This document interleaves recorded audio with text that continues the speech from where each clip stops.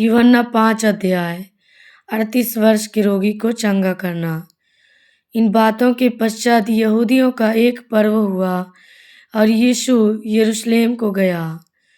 यरूशलेम में भेड़ फाटक के पास एक कुंड है जो इब्रानी भाषा में बैतहसदा कहलाता है। उसके 5 ओसारे हैं। इनमें बहुत से बीमार, अंधे, लंगड़े और सूखे अंग वाले पानी के हिलने की आशा में पड़े रहते थे, क्योंकि नियुक्त समय पर परमेश्वर के स्वर्गदूत कुंड में उतरकर पानी को हिलाया करते थे। पानी हिलते ही जो कोई पहले उतरता वह चंगा हो जाता था, चाहे उसकी कोई भी बीमारी क्यों न हो। वहाँ एक मनुष्य था जो 38 वर्ष से बीमारी में पड़ा था। यीशु ने उसे पड़ा हुआ देखकर और यह जानकर कि वह बहुत दिनों से इस दशा में पड़ा है, उससे पूछा, क्या तू चंगा होना चाहता है? उस बीमार ने उसको उत्तर दिया, हे प्रभु, मेरे पास कोई मनुष्य नहीं कि जब पानी हिलाया जाए तो मुझे कुंड में उतारे, परंतु मेरे पहुँचते पहुँचते दूसरा मुझसे पहले उतर जाता है। यीशु ने उससे कहा, उठ, अपनी खाट उठा और चल फिर। वह मनुष्य तुरंत चंगा हो गया और अपनी खाट उठाकर चलने फिरने लगा। वह शब्द का दिन था, इसलिए यहूदी उससे जो चंगा हुआ था कहने लगे, आज तो शब्द का दिन है, तुझे खाट उठाना उचित नहीं। उसने उन्हें उत्तर दिया, जिसने मुझे चंगा किया उसी ने मुझसे कहा, अपनी खाट उठा और चल फिर। उन्होंने उससे पूछा, वह कौन मनुष्य है जिसने तुझसे कहा, खाट उठा और चल फिर? परंतु जो चंगा हो गया था वह नहीं जानता था कि वह कौन है, क्योंकि उस जगह में भीड़ होने के कारण यीशु वहाँ से हट गया था। इन बातों के बाद वह यीशु को मंदिर में मिला। यीशु ने उससे कहा, देख, तू चंगा हो गया है, फिर से पाप मत करना, ऐसा ना हो कि इससे कोई भारी विपत्ति तुझ पर आ पड़े। उस मनुष्य ने जाकर यहूदियों से कह दिया कि जिसने मुझे चंगा किया वह यीशु है।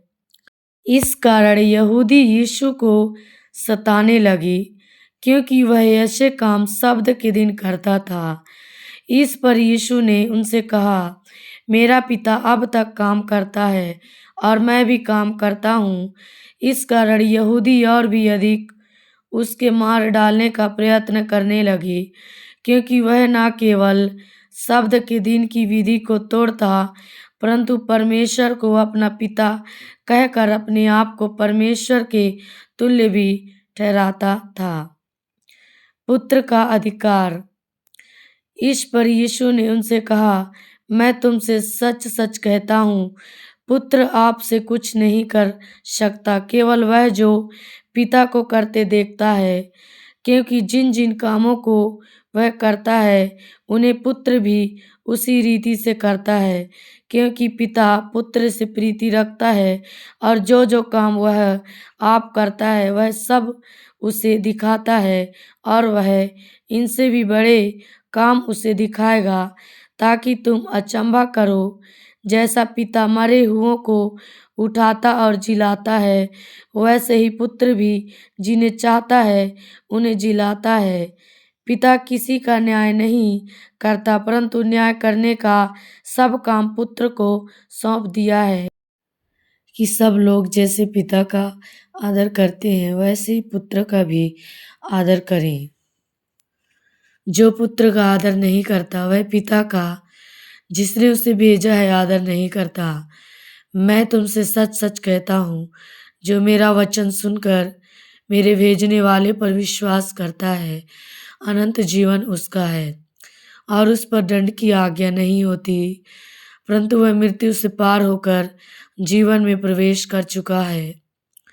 मैं तुमसे सच सच कहता हूँ, वह समय आता है और अब है जिसमें मृतक परमेश्वर के पुत्र का शब्द सुनेंगे और जो सुनेंगे वे जिएंगे, क्योंकि जिस रीति से पिता अपने आप में जीवन रखता है उसी रीति से उसने पुत्र को भी यह अधिकार दिया है कि अपने आप में जीवन रखे। वरन उसे न्याय करने का भी अधिकार दिया है, इसलिए कि वह मनुष्य का पुत्र है। इससे अचंभा मत करो, क्योंकि वह समय आता है कि जितने कब्रों में हैं वे उसका शब्द सुनकर निकल आएंगे। जिन्होंने भलाई की है वे जीवन के पुनरुत्थान के लिए जी उठेंगे, और जिन्होंने बुराई की है वे दंड के पुनरुत्थान के लिए जी उठेंगे। यीशु के संबंध में गवाही। मैं अपने आप से कुछ नहीं कर सकता, जैसा सुनता हूँ वैसा न्याय करता हूँ, और मेरा न्याय सच्चा है, क्योंकि मैं अपनी इच्छा नहीं परंतु अपने भेजने वाले की इच्छा चाहता हूँ। यदि मैं आप ही अपनी गवाही दूँ तो मेरी गवाही सच्ची नहीं। एक और है जो मेरी गवाही देता है, और मैं जानता हूँ कि मेरी जो गवाही वह देता है वह सच्ची है। तुमने यूहन्ना से पूछवाया और उसने सच्चाई की गवाही दी है, परंतु मैं अपने विषय में मनुष्य की गवाही नहीं चाहता। तो भी मैं ये बातें इसलिए कहता हूँ कि तुम्हें उद्धार मिले। वह तो जलता और चमकता हुआ दीपक था, और तुम्हें कुछ देर तक उसकी ज्योति में मगन होना अच्छा लगा।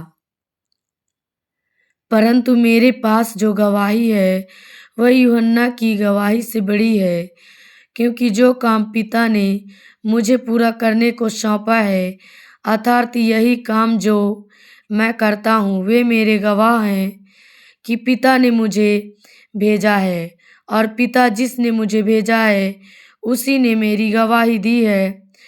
तुमने ना कभी उसका शब्द सुना और न उसका रूप देखा है, और उसके वचन को मन में स्थिर नहीं रखते, क्योंकि जिसे उसने भेजा तुम उसका विश्वास नहीं करते।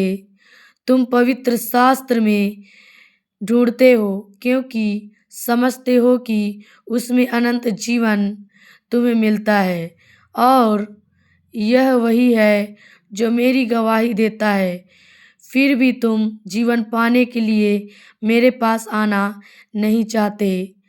मैं मनुष्यों से आदर नहीं चाहता, परंतु मैं तुम्हें जानता हूँ कि तुम में परमेश्वर का प्रेम नहीं।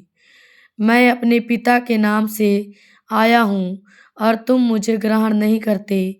यदि अन्य कोई अपने ही नाम से आए तो उसे ग्रहण कर लोगे। तुम जो एक दूसरे से आदर चाहते हो, और वह आदर जो एकमात्र परमेश्वर की ओर से है, नहीं चाहते, किस प्रकार विश्वास कर सकते हो? यह ना समझो कि मैं पिता के सामने तुम पर दोष लगाऊंगा।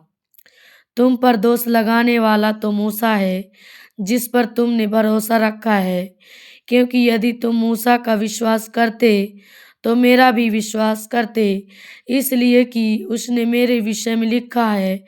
परंतु यदि तुम उसकी लिखी हुई बातों पर विश्वास नहीं करते तो मेरी बातों पर कैसे विश्वास करोगे? हालेलुया।